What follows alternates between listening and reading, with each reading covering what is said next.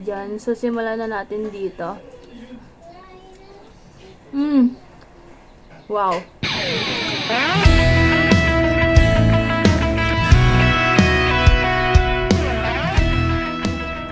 Hi guys! Welcome and good morning sa inyong lahat. Nag-decide ako na bumalik uli sa vlogging kasi gusto kong i-document yung mga ganap-ganap ko sa buhay.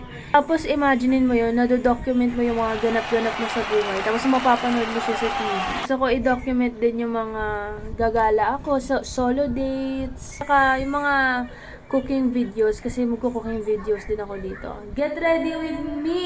Ano ba? Tapos mga makeup tutorials kasi marunong din ako mag-makeup, guys. So, anywho, ngayon ay magluluto tayo ng adobong pusit.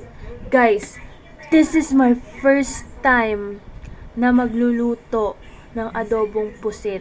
And I'm really excited kasi ang target... Oops, sorry. Daming dada, tara, magluto na. Guys, ito yung pusit na gagamitin natin. Pero matigas pa kasi. Matigas pa ba? Uy, malambot na. Sa tingin ko pwede na tong lutuin. Tapos ito yung mga aromatics natin. This is our onion, minced garlic, and ceiling green. Oh no, may nakalimutan ako. Nakalimutan kong bumili ng laurel at saka paminta. So, ayun. Bibili muna tayo nun. Inutusan ko muna yung kapatid ko, guys. Magkape muna tayo. Tanghaling dapat nagkakape. Talaga, wait lang.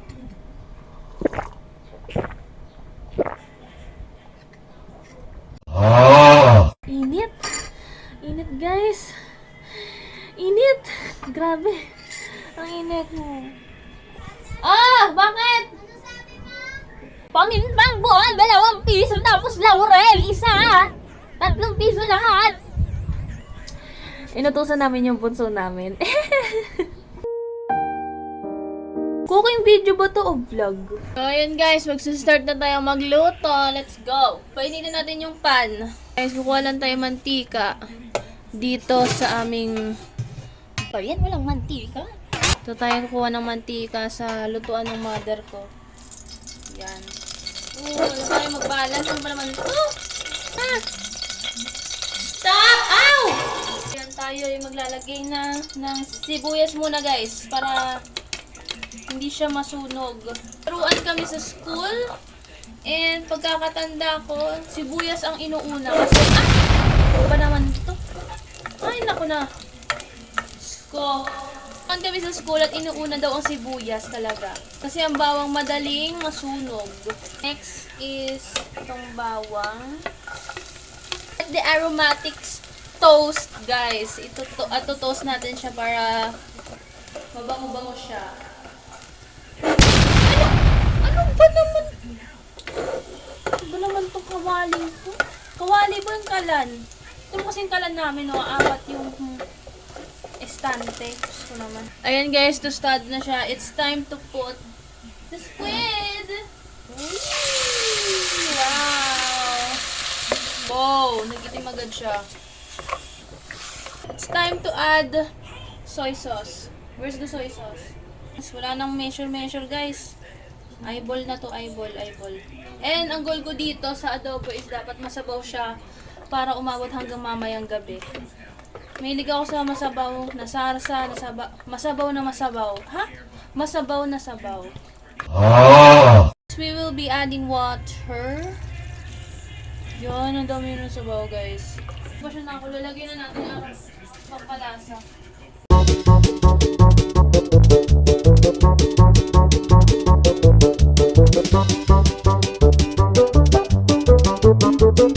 I forgot the suka. Ready siya mapanis. Ganyan lang yan. Iwan lang natin ng ganyan yan. Then, nantayin kumulo. Ayan, so kumulo na siya for 1 minute. Haluin na natin siya. And hanguin natin to, then i-reduce natin yung tubig. Maglalagay tayo ng asukal. Just 3 tablespoons of sugar.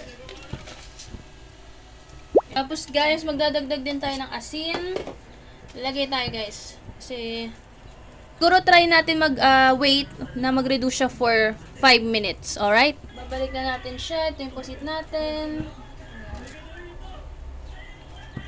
1 minute uli guys. 1 minute. Kasi nga, di ba 2 minutes lang to niluluto tong pusit. Or, magluluto ka ng matagal.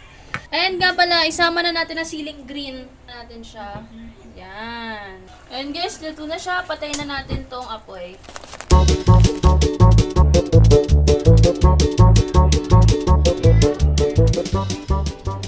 So, ayun guys, kakain na tayo ng adobong pusit. Yan. So, simulan na natin dito. Wow. Tama nga yung sinasabi nila na kapag saglit mo lang ito niluto like 2 minutes, hindi siya magoma and kagat lang na ganito. Matatanggal siya kaagad. Ganon. Ang sarap niya guys. Tamang pagkakaluto lang. Try natin with kanin and with sabaw or sarsa.